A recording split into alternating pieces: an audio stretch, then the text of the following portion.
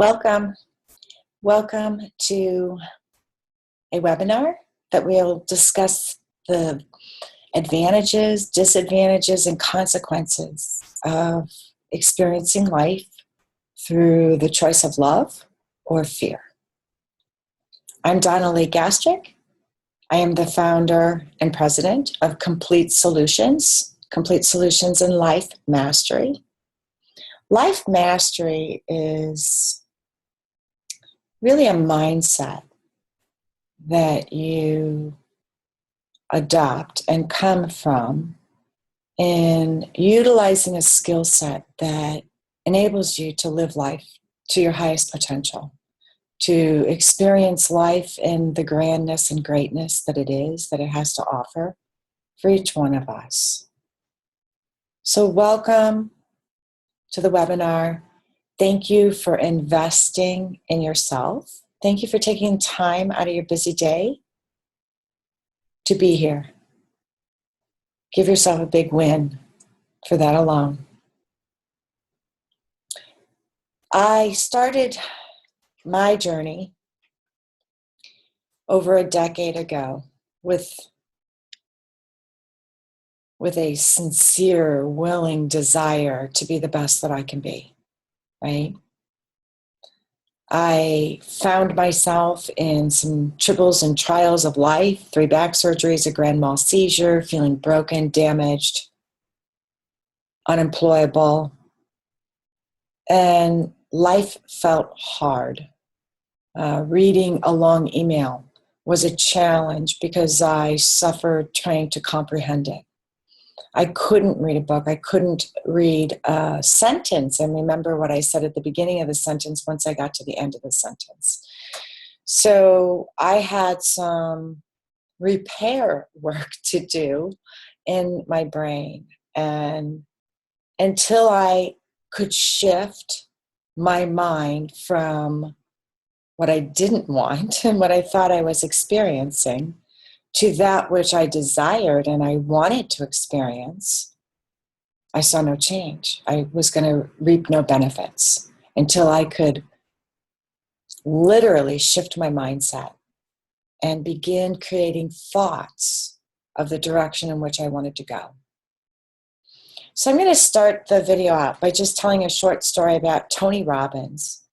And we all know Tony Robbins. He's a great motivational speaker. He holds workshops and events and businesses and individual settings where he really proclaims to everyone the power of their mind, the power of each one of us and the mindset that we choose to come from. And that's the gift of this life, is the freedom of choice. So each one of us is gifted with the freedom to choose whatever we want, and whatever we want is what we get.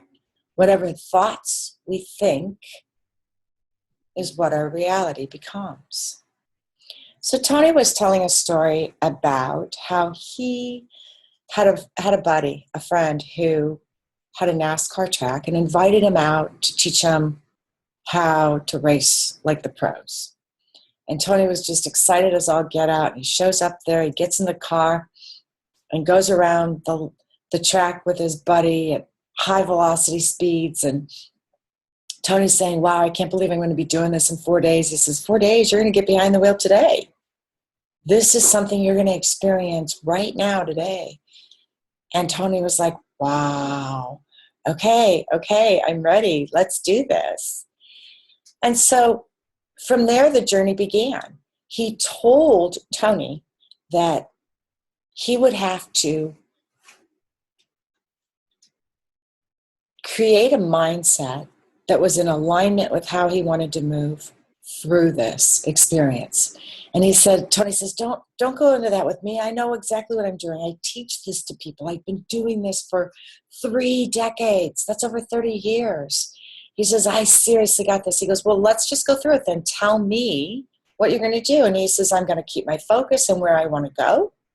And always know that the minute something happens I don't like or is in contrast, that all I need to do is align myself with the thoughts of where I want to be, where I want to go. And he says, well, it sounds like you got this. And he says, so here's what I'm going to do. He says, once you've gone around the track a couple times and you take a deep breath and you sort of let down your guard, you know, I will press a button and oil, water, something, some element will find itself on the track, okay? And when we get to that element, the car will handle in ways that you're not used to. And your goal is to control, maneuver, steer the car in the direction you want it to go. Got it? Tony says, I got it. Let's go. So they go around the track. 1 lap, 2 lap. After the second lap, Tony takes that breath. It's like he'd been holding his breath and white knuckling it on the steering wheel for the first 2 laps. And after he successfully made it around those laps and was reaching those high velocity speeds and feeling some confidence and some comfort, he took that breath, kind of let down his guard just a tad. His buddy drops water onto the track. So when Tony comes around this next lap and hits that patch of water, the car goes into a spin and it's headed for the wall. And his buddy says, now what are you going to do? What are you going to do? And Tony was just steering straight at the wall like a deer in headlights. Frozen, he couldn't move from that position. He was staring straight at the wall. And his buddy's asking him again, what are you going to do? What are you going to do? What are you going to do? And Tony's just frozen, staring straight at the wall. When his friend just grabs his hand and pushes Tony's cheek to force him to look out of his driver's side window to his left. And as he looks to his left, the steering wheel turns that same way. And they avoided the wall at the very last split second.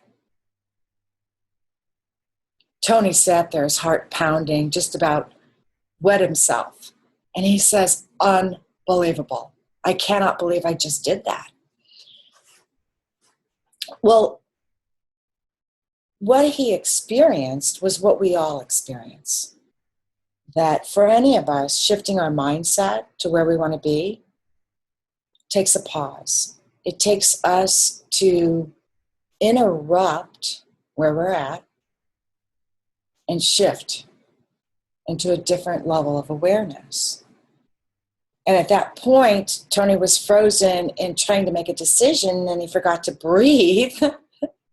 And in that breath is where we can kind of create that quick pause. It doesn't have to be long, but it just recenters us to allow us to bring in the new thought of where we want to go, what direction we want to point in.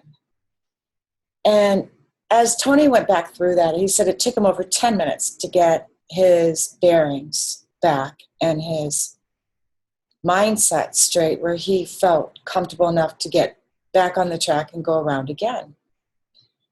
And lo and behold, it took him 4 times. 4 tries at this. This is a seasoned pro who teaches this and has been for decades. So I'm sharing this story for one reason, that it takes practice and that we're probably never done with learning this, educating this, or moving through this.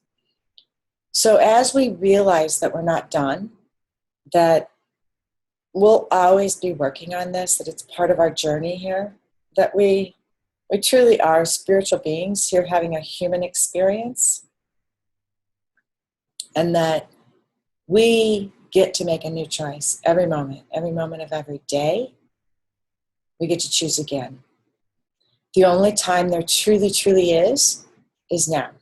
Now, this experience of life is experienced in the present moment. Right now is the only time there is. The past is gone. Never to be revisited, never to be experienced again. You can't change it. You can't alter it. And you really can't live in it. What you can do is live in the now. So I truly invite you to embrace an experience of bringing yourself into this now moment, right now. And starting from that point, we move forward and into all that we are. So we started this series of webinars with webinar 1, Who Are You? And that one brought us a little clarity on who we are. And when I say who you are, I want to get to who you are outside of your ego and more into the spirit sense of who you are, the limitless and invulnerable, that you cannot be harmed, you cannot be injured, you cannot be limited, that you are a thought in the mind of God and that you are one with your Creator. The second webinar was all about relationship and how to embrace relationship is what we're here for. That every experience we have is a relationship. Even with food. Our relationship with food is a relationship. Our relationship with how we address time is a relationship. How we address our body is a relationship. How we address others is a relationship. But relationship truly begins within. It starts with us. And when we come from that wholeness of who we are, I like to say when we connect the mind and the heart and come from the heart, we come from that oneness, that unity, that completeness of who we are. So moving on to fear and love, this one's going to be a good one because this one kind of brings it all home. The first, the second, and now the third kind of bring us to a foundation of moving forward in a mindset that supports us and a skill set that we can call upon for everything we do in life. So is it love or is it fear? They're really opposites, and they're really the only two emotions that exist. Every other emotion is from either love or fear. So if it's anger or resentment, those are forms of fear. And what's kind of confusing is all too often you confuse the two emotions. You choose love for fear of being alone, and you choose to be alone as a response to your fear of love. But when you live life directed by fear, you keep yourself small and you limit your possibilities. You cripple, you constrict your experience of life, and you create suffering and pain and anxiety and worry, and it really becomes a self-imposed life of fear. But in truth, you should be making all choices from your heart, from that wholeheartedness, that connection that we create of the mind and the heart, and come from love. And when we live the life based on love and really coming from our true self, we really learn to experience, to grow and expand and experience life in ourselves and the beautiful life all around us in ways that bring us to that enjoyment of life. John Lennon said that there are two basic motivating forces, fear and love. When we're afraid, we pull back from life. When we're in love, we open to all that life has to offer with passion, excitement, and acceptance. We need to learn to love ourselves first in all our glory and in all our imperfections. If we cannot love ourselves, we cannot fully open to our ability to love others or our potential to create. Evolution and all hopes for a better world rest in the fearlessness and open-hearted vision of people who really embrace life. And I find that what he's saying here is so wholeheartedly true. I mean, he's not preaching any religion. He's just stating facts, and he's really giving it to us in his own way. His music is still played today. His message is still resounding throughout the world. So what is fear? Fear is simply an unpleasant emotion caused by a belief that you choose to hold as true for you. That's all it is simply an unpleasant emotion caused by a belief you hold as true. Or you hold, you don't even have to say it's true or false, but you're holding that belief. So if you hold it as your belief, all your actions and all your behaviors come from that belief. They stem from your belief. So fear is simply because you're not living your life in the now, that you're living it through your mind. Your fear is always about what's going to happen next, okay? That means your fear is always about that which does not exist.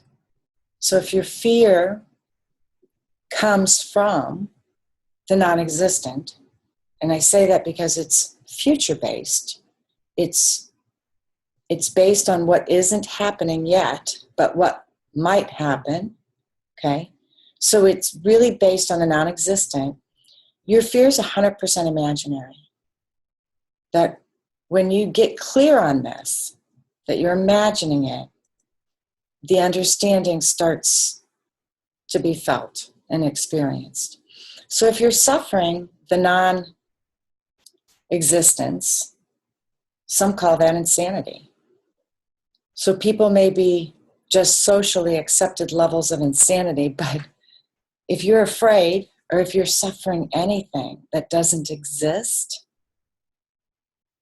it truly can't come from being sane. It can't come from having a complete grip on your reality. People are always suffering either what happened yesterday or what might happen tomorrow. So if your suffering is always about that which does not exist, the reason is simply because you're not rooted in reality. You're always coming from your thoughts. Now keep in mind, thoughts are under your control. When you begin to pay attention to that which you're paying attention to, you'll find that your thoughts are 100% under your control. So mind is one part of its memory, and another part is imagination. Both of them are one way, just one way. Imagination exists. We can get lost in our imagination, we can create with our imagination, but what we do with it is our choice. If you were rooted in reality, there'd be no fear. Right here, right now, is really the only time there is. And right here, right now, there is no fear. Fear will fall away. So what fear does is it puts boundaries around us. It's because of fear that we build these boundaries all the time, that we feel we have to set parameters and boundaries in our lives. And those boundaries may be with bugs coming in our house, and we spray for bugs because we want to set those boundaries. The spiders aren't allowed in, or bugs aren't allowed in. We put a fence around our yard. Sometimes it's to keep our pets in, but sometimes it's fear of keeping others out. We put locks on our doors. We set boundaries to keep ourselves safe. And all this is rooted around love. But when we go through life in a lot of fear, we put up a lot of boundaries around us. And a lot of those boundaries keep us from experiencing love, keep us from experiencing life and the joy and the happiness that life really, truly does bring to us. So if you put boundaries and restrict the areas of your life, you might feel the safety, but the problem is You are safe even from life. You're protected from life itself. That means you're not even experiencing life. You're not even here in this now. So you must decide whether you've come here on this reality of your life, if you've come here to really truly experience life. Okay, and once we really realize who we are, that's why the first video was, who are you? Who are you is getting firmly rooted that we are a child of God. We're a thought in the mind of God, each one of us. If each one of us is simply a thought in the mind of God, in the mind of our Creator, then we're all one. We're all one thought in the mind of our Creator. But we must decide whether we've come here to experience life or to avoid life. Because if we truly wrap ourselves around fear, and we come from fear in what we do and what we act and how we live our life, we're avoiding life. We're putting up barriers to life itself. And if you've really come to experience life, which I know you have, one thing that's needed is an awareness to the boundaries, to the fear. And the moment we use fear as a tool to protect ourselves, we limit our experience in life. Okay, so that whole experience of joy and love and intensity of experience life as it is falls away. And what happens in your mind is all there'll be. So your thoughts, your very thinking is what will consume your mind and become your reality. You'll never experience anything fantastic because you're fearful. The joyful, the exciting, the ecstatic, they'll be gone. You'll have this sense of abandonment, aloneness, separation. You can't sing, you can't dance, you don't laugh. Your life becomes stifled and controlled by fear. You can sit, you can grieve about life and all the risks that it presents and fear and uncertainty of the future. And if you look at it carefully, what is fear about? Your fear is never about what has happened. It's always about what may happen. It's usually always the future, future-based. And the future is yet to even happen. What is always based out in the future is going to keep us from experiencing the now moment. So being fearful means that you're choosing to suffer over something that doesn't even exist. It's not even here. It isn't even real yet. You're imagining it. If you suffer that which does not exist, should we call this sane or insane? Your only comfort is everybody has fear. You have the majority with you, but that still doesn't make it right because you're suffering that which does not exist. So how do we overcome fear? Fear is not a product of our life. Fear is a product of the hallucinatory mind. You suffer that which does not exist because you're rooted not in reality, but in your thoughts, which are constantly eating up on the past and excreting into the future. You don't actually know anything about the future. You just take a piece of the past, apply a little makeup and rouge, and think it's the future.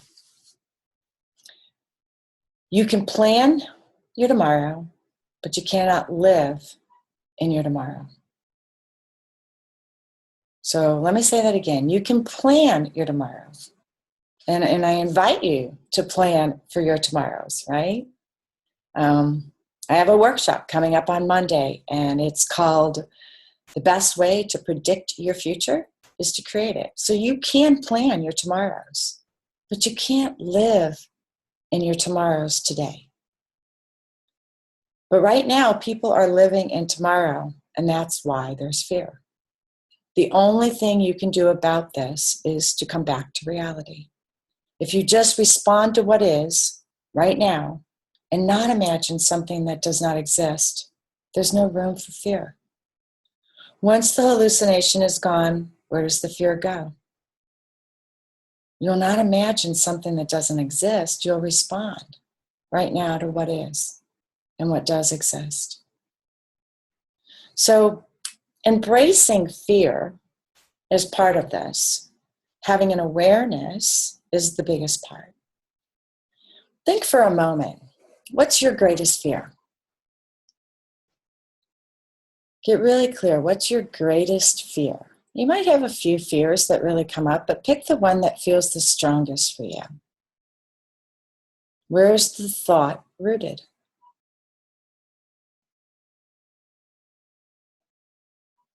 It's in your head. It's in your thinking. You can bring it into your body. Where is it rooted as far as time and space? Is it in the past? Is it right now? Or is it in the future? Is it based on past beliefs? Is your safety at risk? Is your reputation or your image at stake? And what beliefs are you holding in and around this fear? It's important for us to always feel that there's some safety in life, that we feel enveloped in a love and support and safe environment. When you live in fear, that's non-existent. You can't feel loved and supported when your biggest emotion, when your overwhelming fear is fear itself. The phrase, "do not be afraid," this is one of my favorites, is written in the Bible 365 times. If that's not a sign for all of us,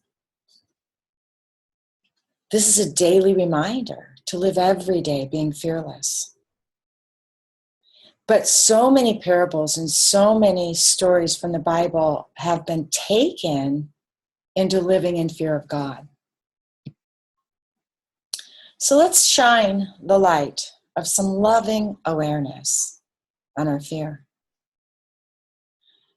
Right here is that eye of fear, where when fear comes and lurks upon us, it brings about an intensity within the body. It first of all brings about just a stunning realization that we're experiencing something different than what we were experiencing a minute before. So we pause with an awareness of noticing a tension in our body. Here's a sight of a spider. One of my sons is deathly afraid of spiders and diligently working on putting that fear at bay. And he says he notices them mostly when he's in bed at night. But so it's funny because we all have fears, but they're meant for us to explore and to embrace and to overcome and not let control our life. So here's this fear of a spider, right? Deep down, it's not really that we're afraid of this 8-legged creature, right? But deep down, we're afraid of what the spider represents. So in some way, it relates to your safety, your wholeness, your completeness, your invulnerability. And if you think the spider can harm you, that's exactly where the fear comes from, is in harm and your safety. So your true fear isn't that of spiders, but yet we say, I'm afraid of spiders. So as we shine this loving light of awareness on our fears, we realize they're not always what we thought they were. Sometimes there's a lot deeper message that comes up for us. Fear can be just about any degree, any stifling limitation, any parameter, but they usually root back to one of just a few main sources. As with everything that we go through in life, there's an opportunity to heal a part of ourselves. And when I say heal, I don't mean like we need to do some big work or anything. It's really a shift in our perception, a change in our mindset, an opening and expansion of our level of awareness to the truth, to the reality of what is. It really isn't this long drawn out healing from a long surgery that's going to take 6 weeks or something. It's nothing like that. It's an instantaneous, it's almost a very now healing of your mind and the changing of your perception to see it in a different way.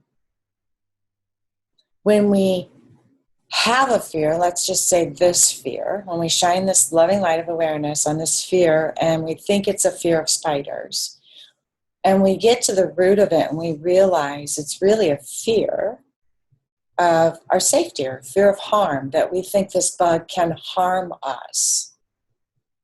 Right then we get to open back up to the truth of who we are. And this is why I started the webinar series of 3 series. One, the very first one being, who are you? Because that lays the groundwork, that lays the foundation. It sets the blueprint, if you will, or the framework for living your life. When you come from that mindset and that belief of who we are, that we are beautiful, innocent children of God, whole, complete, and perfect, that God's will for us is that our will be lived. And we only can live our will by listening to the guidance in our heart, our desires, our longings, our yearnings. And we pay attention to our discontents because they're the guidance system to keep us on our track. So the choice is really a choice for love. Why, when God, our God of love, was revealed so long ago, and in so many times and in so many forms, in so many ways, has fear of God remained? The only answer possible is because fear of God is fear of self. Is that it's truly a fear of ourselves. And this is really a twofold fear that needs to be looked at in a couple different ways. One aspect is the fear has to do with the human experience. And the other aspect is that the fear has to do with the divine experience. When we look at it from the human experience, we feel separated. We feel like we're here on this planet, on this world, experiencing life all alone, and we're left to figure it out and do everything by ourselves. So we've literally cut off our connection to our own divinity and created a mindset, an illusion that we're separate from God. Therefore, fear becomes the basis of our entire life. And if we look at it from the second aspect of this fear, is maybe a fear of the divine, a part of that fear of the divine is related to the fear of the human condition. But it is a fear of the human mind that cannot comprehend the all of that which we are, the eternal, the infinite, the limitlessness of our potential. That while we struggle trying to comprehend the vastness of all that we are, we allow fear of all that we are to overwhelm us. So while our thought system has not been described as a thought system that supports who we are, who we believe ourselves to be, we bring in the illusion once again and believe that we're not the divine, that we're not whole, that we're not complete. So the shifting of our mindset is where everything stems from. We've created a belief,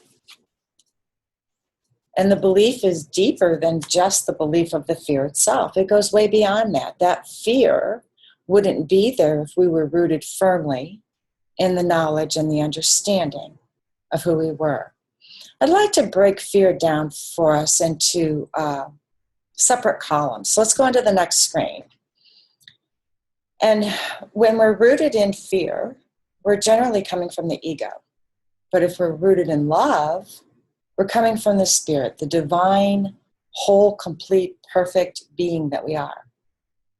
And the ego is a mindset that we've sort of brought into our creation at a very young age. And it started with picking up beliefs and patterns of those that cared for us, whether it was our parents, grandparents, caregivers, teachers, educators, friends. And we took on beliefs whether we believed it or not at that time, and we've never taken a moment to even reevaluate and let them go. So when we are in our fear mode, we're not connected with our higher self, our spiritual sense. We're connected with the ego. As long as we're coming from fear, we'll feel constricted. We'll feel limited. We'll feel controlled. We'll feel powerless. And every action and every behavior and every embrace will be constricted. If we live in fear and we're in relationship with someone and we're fearful of them leaving us, it shows up in how we are with them.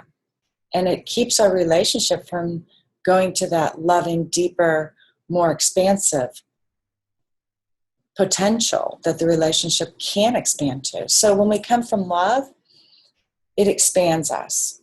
We enjoy life. We experience it in the fullness of the experience that it's bringing to us. And when it expands us, we invite that with us in all the relationships we enter into, for them to expand as well into deeper, more meaningful, more loving, unconditional loving relationships. Those of forgiveness, those of support, compassion, caring. But when you're constricted, you tend to see the worst in others. You tend to see the limitations all around you.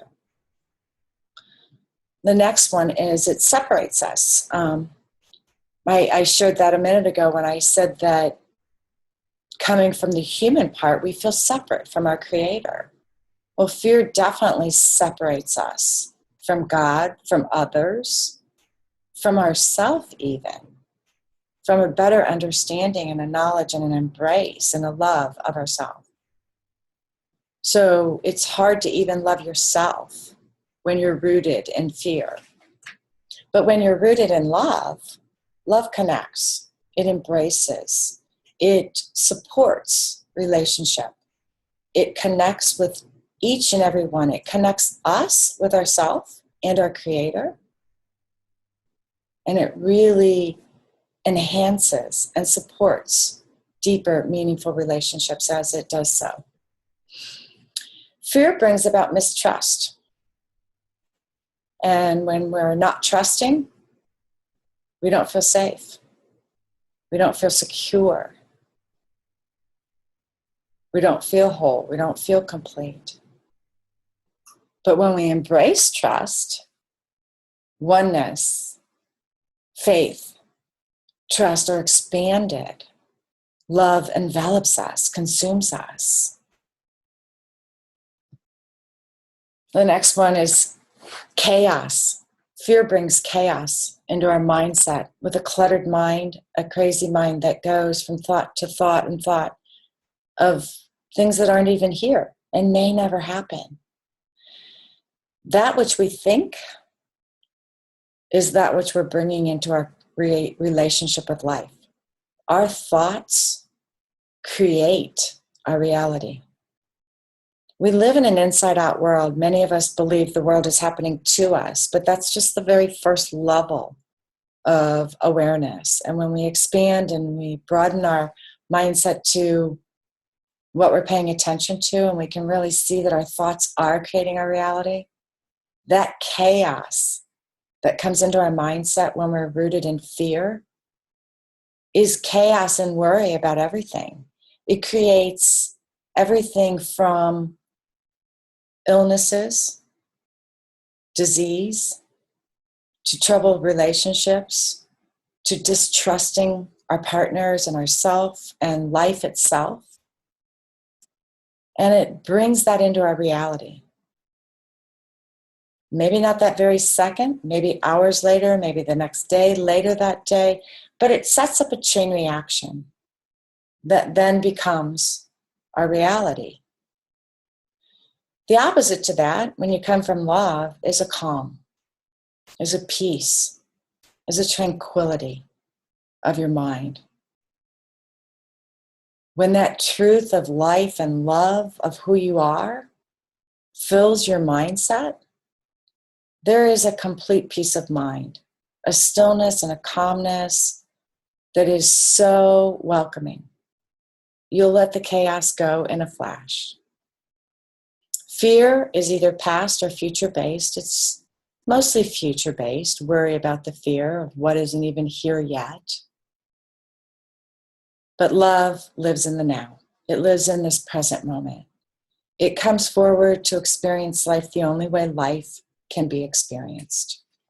Right now, this moment is all that we have to experience life.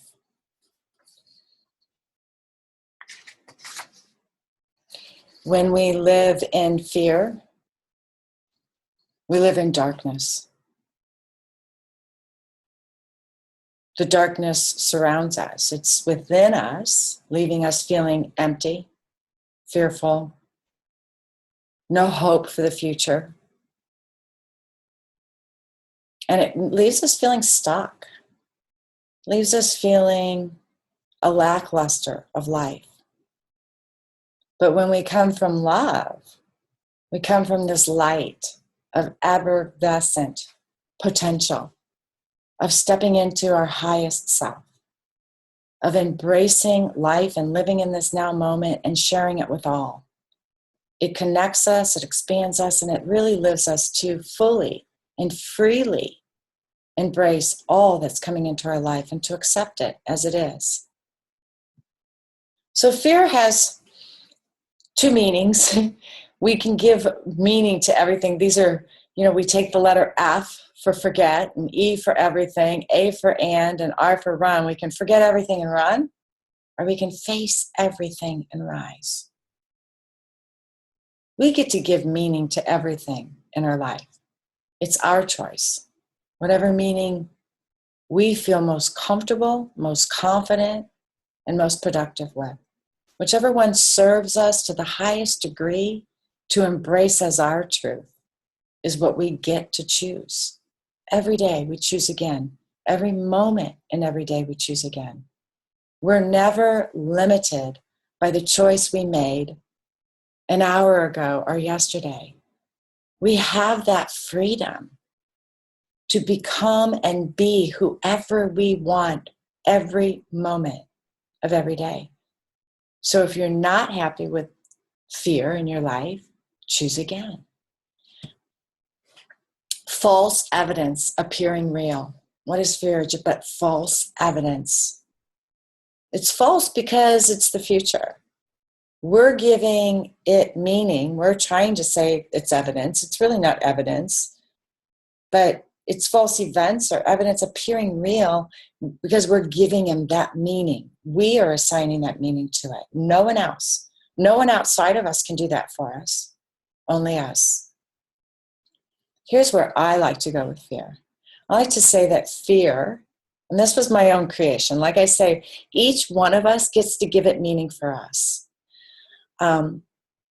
My first experience with embracing fear wholeheartedly and moving through it and beyond it was, I think, 2012 or 2013. And I'll know for sure if I went back and checked when Go Ape is a place that does zip lining, but it's so much more than zip lining. It's here in St. Louis. It's at Creve Coeur Park. And I had just had a conversation with my dad and my my sister-in-law's husband, or father, my sister-in-law's father. And for some reason, I was just at a barbecue at my brother's house, and my dad and Jeannie's dad had talked for like an hour.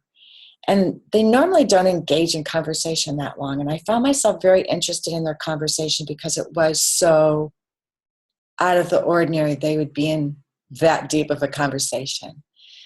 And their conversation was about a streetcar that used to go all the way out to Creve Coeur Park from North City. And I found myself puzzled, and I said, really? And I thought that's odd that I'd never seen the tracks or anything to that streetcar. And I happened to walk with a girlfriend at Creve Coeur Park the following week. So after I walked with her, I decided to drive up to the top part of the park to look for these railroad tracks. And prior to that, I'd just been at a workshop that talked about fear and how fear was just a thought, a belief that we chose to make real in our life. And I thought, well, if that's really true, and the only real way to learn from this is to experience it, I have to step into that fear. I can't just read about it. I can't just learn about it from a workshop. I can't just permeate the thought into my mind by saying it over and over. I have to experience it. And I'm making this point really valid for you because it will be how you need to move through this as well. You'll need to create the experience of it, of moving through it, mastering it. So as I drove up to the top part of the park, I saw these tree houses in the trees, and I saw people in them, and I thought, that's it. That's what I need to do. I have this fear of heights that I don't know where it came from. I don't know why I have it. I have nothing to validate it with. But I believe I'm afraid of heights. And when I get up on a ladder to even clean my gutters, I shake. I literally shake with fear. And I feel like I'm going to tear down the gutter with me, just gripping onto it. So I decided I was going to go climb a treehouse. And I quickly was looking for the parking lot to pull over. And as I kept driving, I seen more people in these tree houses. And there's tons of these tree houses. It's not one, it's not two. There's many, many of them. And I'm seeing them all spotted along my drive. And I finally get to the next parking lot, and I see a big shed or a shack, and it's got a big sign on it that says, Go Ape. And I thought, okay, so I probably have to pay to go climb the treehouse. No big deal. This is really worth it to me to embrace this fear and move through it.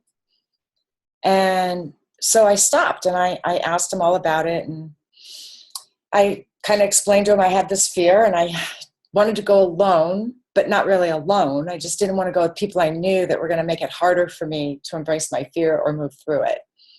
I wanted to really try and stay focused, and I knew it was going to require me to be focused in the now. Because how do you get out of the fear? You bring yourself back to the now moment. Right now.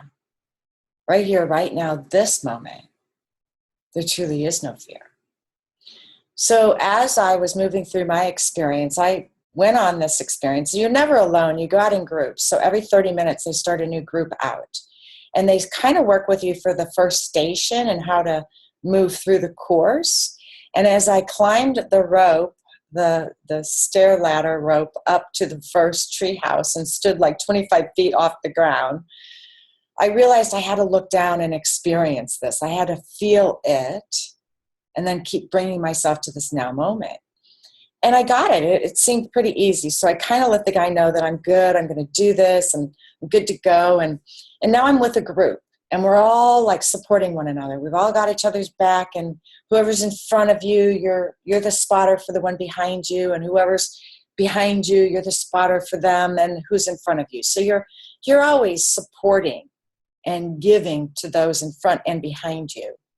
Your encouragement and your double checking their safety, of putting their safety latches where they need to be and things. So I will say it was a struggle in that numerous times over the next 3 hours, I had to keep bringing myself I had to pause. I had to take a breath. And I had to bring myself back to this now moment. And from the now moment, the fear falls away. And it's just put one hand, one foot in front of the other, one step at a time. I didn't have to have the whole route planned out. I only had to take one step. Back in the times of Jesus, they used to put foot lamps on their feet to walk at night, to journey from town to town, so they could see the next step they were taking. And that's what that reminded me of, was I only need to see the next step.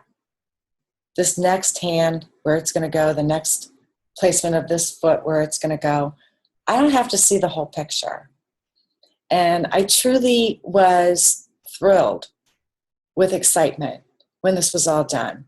But what I really realized was that as I felt fear, it was a pause in my body that caused me to give meaning to the energy that I was feeling in my body.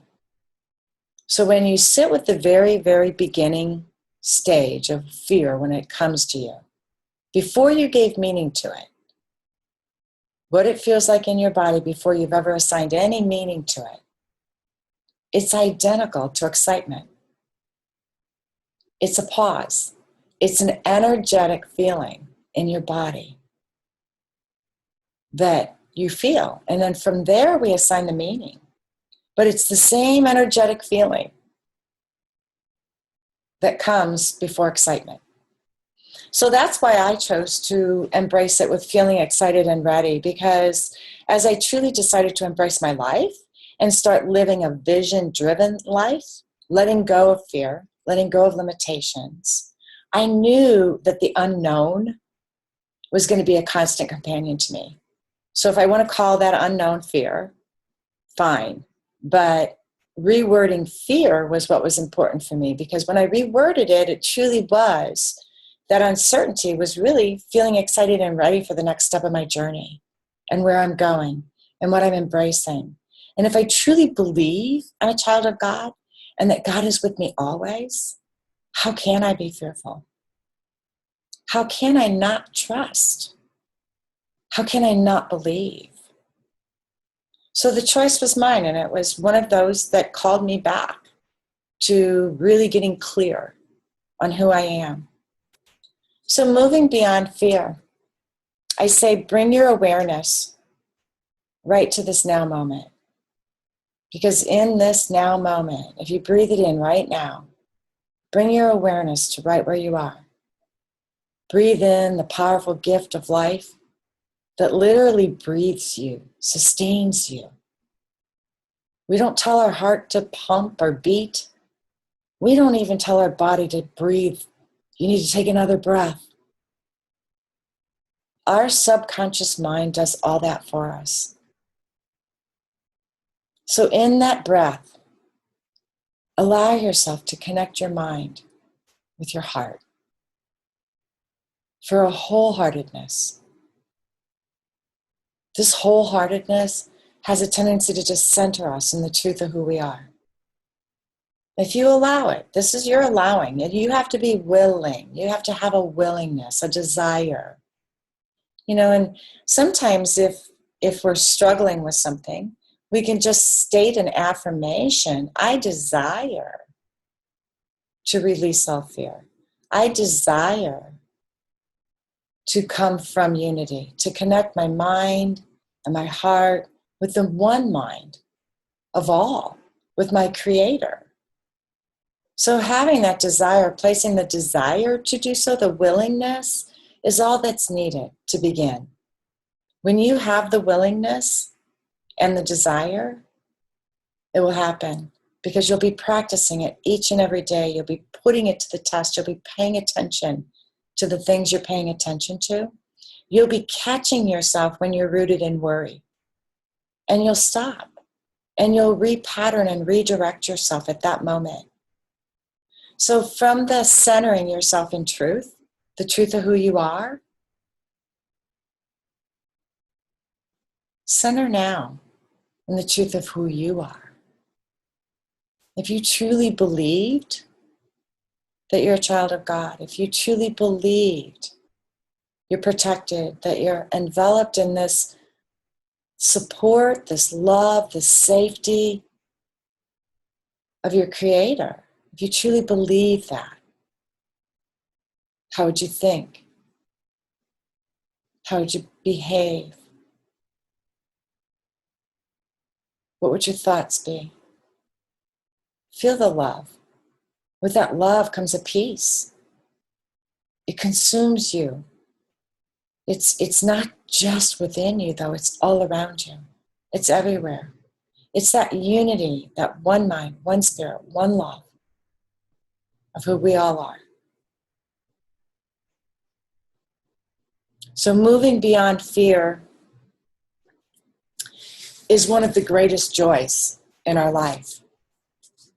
I'm going to read you a chapter from A Course of Love by Mari Perrin. I just love her book, and it was, she received it from her inspiration. She does not claim that it was her mind. She claims that it was a gift to be shared.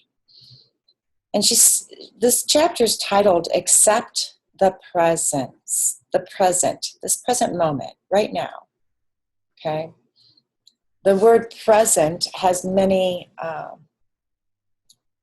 the first thought many people think of is a gift, the present being a gift.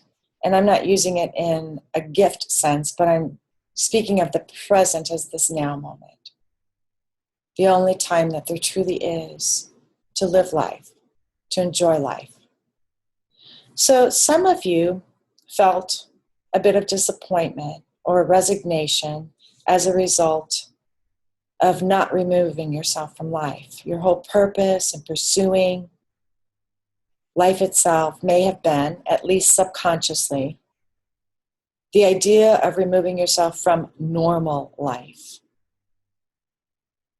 If you can't remove yourself from life, what choice have you but to join it, to join with life, to love it, to learn to love it, to accept it, to love yourself enough to accept yourself unconditionally. Love itself will literally transform normal, ordinary life into an extraordinary life. Loving exactly who you are and where you are in every moment is what will cause the transformation that will end your desire to remove yourself from this life. Fear itself has to come from not wanting to be here. All those frustrations you currently feel have a purpose to move you through them and beyond into what is called acceptance. But here is the point that needs a bit of clearing up. This is not about acceptance of what you do not like. It's not like we're asking you to accept what you don't like. So, do you really think that you're being called to accept a normal life? Called to accept these conditions that you've made to feel unhappy? No, not at all. You're being called to an acceptance of new conditions. Realize that your desire for life is to be different, that your desire for life itself to be different, your desire for your unhappiness to be gone, to stem from the details of your life. That this is unlikely, okay? But they stem from the details of your life. So even so, you are not called to accept what you do not like, but to accept that you don't like whatever it is you don't like. So let me say this again. You are not called to accept what you do not like. You're called to accept that you don't like whatever it is that you don't like. So you're being called to accept the acceptance of having that opinion. to accepting that you have that opinion, that you've discerned from within. Then and only then, when you've accepted how you feel, can you respond truly. And what happens with fear is we tend to push it away. We don't even accept that we've had that fear, right? We state we have the fear and we want to resist it and push it away immediately. We don't want to sit with it. We don't want to feel it. We don't want to understand it. And when I say embrace your fear, it's truly accepting the fact that you have a fear, acknowledging that there's a part of you that's created this along your journey, understanding it, and then moving through it. So she says, only when you've accepted how you feel do you quit labeling it as good or bad. And only then can you deal with anything from a place of peace.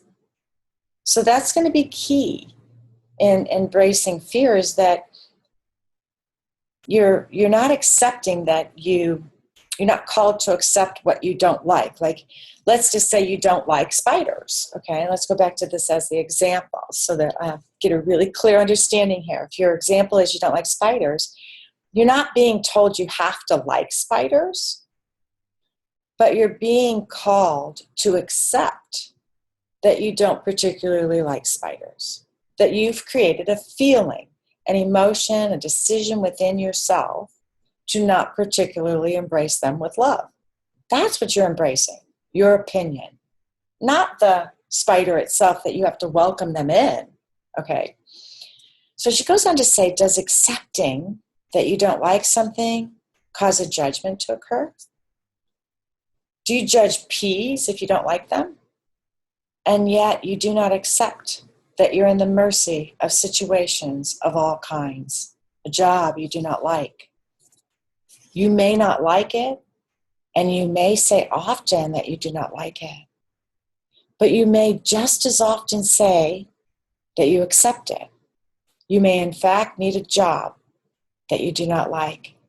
But in acceptance of the simple truth that you do not like your job, you've accepted yourself and where you are right now, rather than the external circumstances. So there's a shift, there's a difference. We are not, when talking of this acceptance, talking of externals, but internals, okay?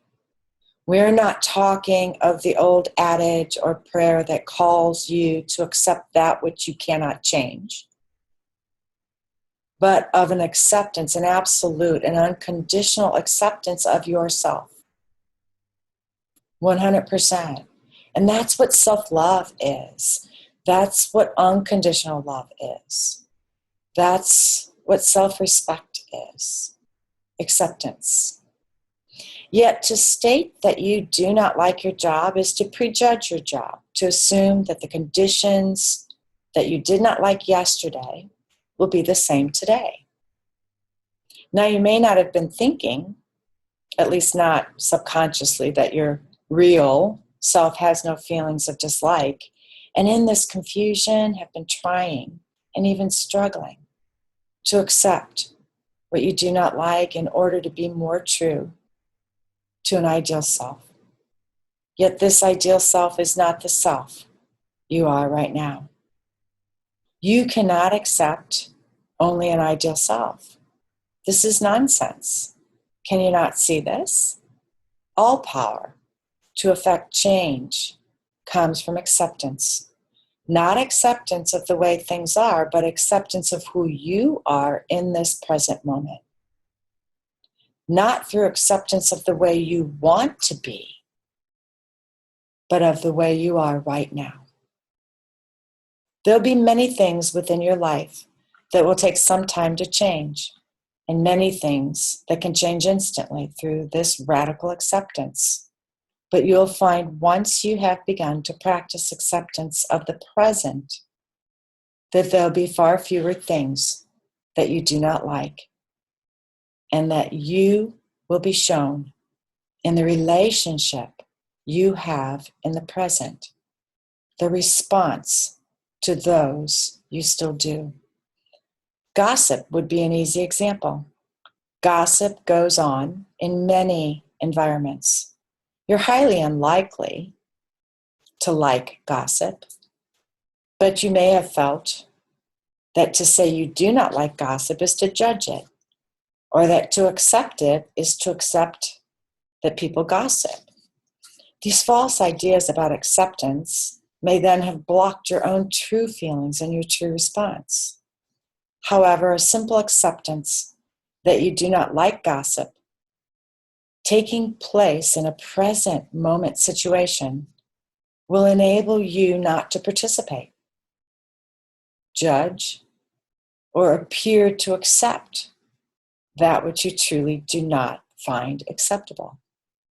Not all situations will seem as easy as this example.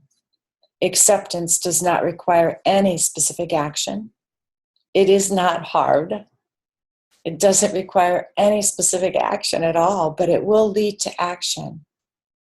Action that is consistent with who you are when you're fully comfortable in your acceptance of who you are. Understand, however, that this eventual outcome will never occur without your initial desire and willingness for acceptance. This acceptance is the only thing that will truly prevent judgment, for it does not require you to be your brother's keeper, but only your own. It requires you to know yourself without judging yourself. Will knowing your dislikes cause you to be intolerant? This is an important question. You've been intolerant of yourself, and it was easy to extend this intolerance to others. Once acceptance of self begins to be your practice, you will realize that the self of intolerance was the self of fear. Acceptance of yourself in love leads to acceptance of others. Knowing this aspect of how you feel, what we are calling your dislikes, is but a first step in the beginning stage of acceptance, and only of importance because of your tolerance of your own feelings. Remember that you've been told that your real self will be intolerant only of illusion, and that this intolerance will take the form of seeing only truth rather than attempting to see illusions and trust and fear the imaginary. Thus, when you see others gossiping, you're called to see only the truth of who they are, to see beyond the illusion, what would seem to be the fact of their gossiping, to be the fear that feeds it, and beyond the fear, to the love that will dispel it. You're not called to walk away in disgust, showing your righteous contempt for their actions, but to accept who you are within the relation of that present moment. Even this type of seeing will have remnants of righteousness attached to it if you cannot accept the feelings generated by it. I'm going to pause here a minute and really emphasize that there's an acceptance here, an acceptance of the feelings you're having at the present moment. That if you're in that situation of gossip and you're sitting there around a group of people gossiping that you don't wish to partake in, we're not there to correct them or criticize them or condemn them. And that's where she's saying here that sometimes we have this remnant of righteousness attached, to that remnant of righteousness is that desire to criticize or correct them in what's going on.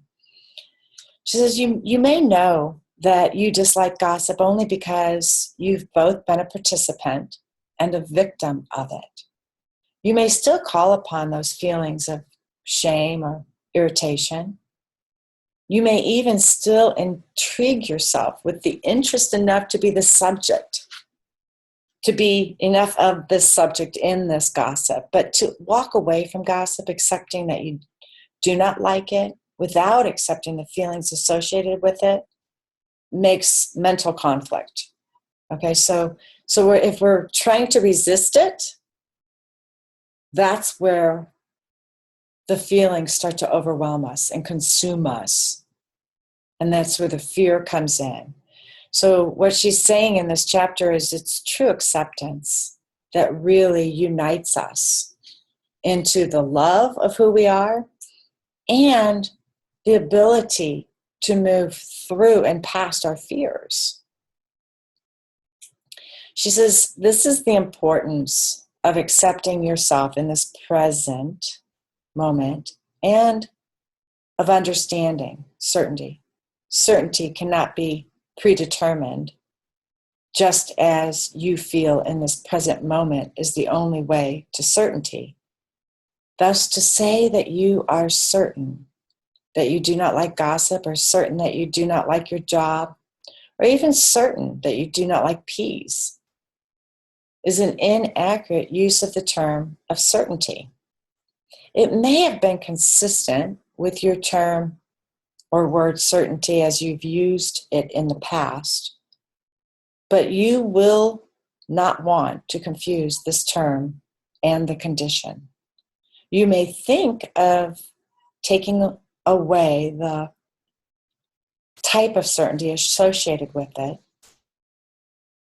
You'll be less certain in your judgments, in your opinions, but this is highly appropriate and much needed practice for true certainty. True certainty really comes in the now moment. When you practice and experience applying it in the now moment, you'll feel the certainty. There's a difficulty putting words to it, to articulate it, because it's truly an experience. Just like it's really difficult to put words to the experience of love. To truly describe love is an experience that we need to embrace and step into and experience for ourselves. So she says, we've talked a little of feelings here, and there has to be a reason for this discussion coming so late in our time together. To accept the feelings of self, of illusion, would have been to accept the feelings generated by the fear of the ego thought system or the bitterness of your heart. It would have been to accept the feelings of a personal self who had not yet unlearned the lessons of the past and taken these steps towards evolution and evolving. Now, however, it is critical that you come to acceptance of yourself in the present as you are. For only by doing so will you come to fully accept the acceptance of who you are and be able to allow the self, the capital self, you of unity, to merge with the self of form, thus elevating the self of form. You will also, only in this way, come to true expression of the elevated self. Access and expression are both conditions of the present. Another error can occur if you deny your feelings in favor of perceived higher path to enlightenment. In denying your own feelings, you'll tend to also deny the feelings of others. I really like that sentence. In denying your own feelings, you'll tend to deny the feelings of others. Because what we do in one area of our life, we do in all. So when we truly accept ourselves, we are truly accepting of others, and you'll see this transformation happen, I promise. This will only happen if you allow yourself to deny and thus become distanced from your own feelings. So we're right here, she's saying, you will think that You know the real from the unreal, truth from illusion. And so you'll disregard the feelings of others as not mattering, as you don't care about them. And this will only happen if you allow yourself to deny instead of allow. So allowing is the big key word here is acceptance and allowing. So does this seem confusing? To be called to see only the truth and to see beyond your illusion, and then to be told to accept the feelings of others? It shouldn't. While true compassion sees only truth, it doesn't mean it holds the feelings of anyone, not those living in truth or those living in illusion, to be disregarded at all. This disregard is a temptation of those who live in peace. The temptation stems from one thing only, from not living in the present. Distancing and non-acceptance of your feelings is not living in the present moment, and will create an attitude that will not be compassionate, that will not be loving, that will not be supportive in unity, oneness, care, and concern. While we're prone to acceptance of that which we like, to those feelings you think of as good feelings, you're still prone to non-acceptance of that which you don't like. And that's the correction here. I think that is truly the big point to drill home is we truly believe that we're meant to accept all the things we love and like in life and embrace those and accept those. And that when we label something as disliking, that we think we don't accept those. We don't have to accept those. And we don't have to accept them, but what we have to accept is our feeling about them, okay? We have to accept the feeling that we don't like that, and we own that, and that's okay. You don't have to embrace spiders and invite them into your home, but you have to know and accept that you own that feeling. And there's a difference there, and it comes from exterior into interior. So it's not putting the blame on exterior forces that you're afraid of the spider. You're coming home internally to saying, I accept the thought that I don't like spiders. And that's what you're embracing. You can own that all that you want. So I hope I brought some clarity in and around moving through fear, moving into acceptance, accepting that you have the fear, that you have the thought system, that you brought this into your mind as real for you, embracing that. That's what you embrace. That's what you accept. And when you accept that and you realize, what does this fear mean to me? What's it really rooted in? Most fears don't root in the exterior of what we create the fear around. So, like having a fear of heights isn't really truly about fear of heights. It's still about safety. It's fear of falling, which falling creates harm. If I fall, I'm going to get hurt. So again, that fear of heights is rooted in fear of self being harmed, vulnerability, fear of being hurt, damaged, not understanding that we're whole and complete and that we're infinite in our being. So at this point, I'd like to unmute the line. And if there's any questions, I'd be happy to answer them.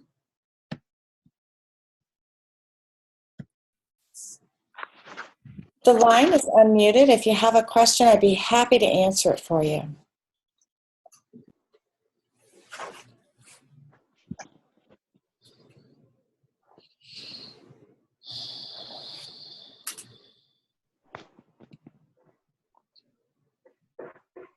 I have one question that was emailed in. And the question is, I have a family situation that seems to always put me as the bad guy. I have incorporated into myself this fear of even speaking out to say what I think anymore, because I feel as though I'm always shut down. So I say I have a fear of being rejected, I think, or not being heard in who I am. But I'm not sure if I should be taking this deeper. Well, that's a really good one. I'd need you really to be live on the call with me to go deeper into this, but I invite you to step into that fear and really sit with it and feel the emotions it brings up for you. Sometimes it's a dynamic with another person in ways you're not even seeing, and maybe labeling as this fear of rejection or not being heard. If it's not showing up in other areas in your life, I doubt very seriously it's a fear of rejection. I feel as though it's probably a dynamic It's so weird. may need to be addressed. I don't know how to turn the sound off. You go ahead and turn it off. I'll get that for you. There you go. So in answering that question, there could be a way for you to embrace the relationship that you're having on a deeper level and really enter into a component where maybe you can see where this fear isn't really yours at this point to be labeling or putting any definition to with certainty, but allowing it to be felt first. And each layer takes you to a deeper layer. When you start embracing fear, it starts with simply the fear that you're experiencing in that moment. But from there, it goes so much deeper into more basic emotions and more basic levels of awareness that expand into many, many areas in life. So I invite you to look at the relationship itself with fear. And the last slide is just an invitation to a workshop on Monday night. The best way to predict your future is to create it. Creating your life, living from a vision, having a plan. The reason I support and suggest and invite you to live a vision-driven life is because, one, it gives your life direction. That we all know that no wind is favorable to the sailor who doesn't know where he's going. So without a sense of direction, without a plan or a desire for where you would love your life to be, you're simply bouncing around and reacting to all the thoughts that you've created with worry and fear and the past, and you're going nowhere, and you're not enjoying life. In fact, you're experiencing discontent. If you're living in fear, it's not a good feeling. It tends to stifle us. It tends to hold us back. It tends to cripple us. It tends to create havoc, and it brings upon illness. It brings upon all sorts of things. But when we live a vision-driven life, it gives us that alignment. I started this webinar, this workshop, with the example of Tony Robbins. And I love how Tony Robbins explained that experience of his experience in learning to drive the race car. Because our goal is not to stay focused on that which we do not want in life. Our goal is to stay focused on that which we would love in our life. So when I say the best way to predict your future is to create it, I'm inviting you to create a vision for the life you'd love to live. And then coming from that every day. The reason it works and the reason it's so successful is it helps you create that platform, that blueprint. I mean, no matter what we do to build or create anything, whether it's a home or a car, it started with a blueprint. It started with a master plan of what the finished outcome was going to be. So let's create one for your life. Let's get clear on what it is you would love and how to move forward. And let's go forward with that, creating it every day. It's easy to stay in alignment when you're focused, when your thoughts are in the direction you want to go. Just as Tony said, it takes practice. It took him 4 times to go around that track and begin to shift his mind to where he was going and not where he was headed. When he was headed for the brick wall, when he was headed for the barriers, when he was, there's certain areas when they set up these race car tracks for test runs and stuff, they put soft elements around the outside so that the crashes don't blow up the car and don't, injure and limit the experience of getting the practice in, right? So there's soft elements around there to cushion the blow if they were to hit. But it's not always that way in real life. And when Tony was staring straight at that wall, whether it was a soft wall or a hard wall, it didn't matter. The fact is he couldn't look away. And our goal is always look in the direction of that which we're going.